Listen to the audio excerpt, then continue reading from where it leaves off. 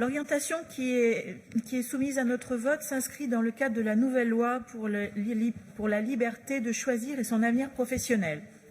Prendre la mesure de la nécessité de rapprocher les professionnels de la formation et du monde de l'éducation, les acteurs économiques et sociaux, les attentes des jeunes qui se trouvent face aux choix d'orientation les moins aisés, prendre en compte les exigences d'accompagner les publics qui continuent à être de plus en plus en difficulté face à l'emploi ou le retour à l'emploi. Tous ces enjeux vont dans le sens que nous avons déjà exposé à l'occasion de notre vœu en juin 2018. Rapprochement des mondes professionnels, de la formation et de l'orientation, les informations sur les formations existantes ou à mettre en place et l'inadéquation entre formation et besoins des employeurs, les réalités économiques de nos territoires.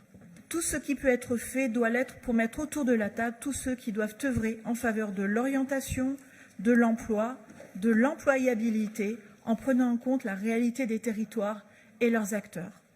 Nous connaissons nos territoires, les attentes en compétences, les attentes des plus éloignés de l'emploi, les plus fragilisés, les acteurs concernés par l'orientation, les besoins en vue de l'employabilité, les réalités sociales et économiques.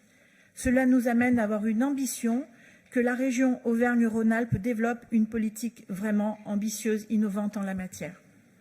Cependant, nous déplorons un manque de précision dans ce rapport. D'une part, en matière d'identification des besoins en emploi et leur mise en perspective, sur l'attractivité des métiers qui ne trouvent pas de candidats, pas de candidates, quant à la mise en œuvre de ce plan, une transparence et une cohérence nécessaires entre les financeurs et les financements, avec une efficience des procédures de décision des subventions et certaines attendent d'ailleurs encore le premier versement.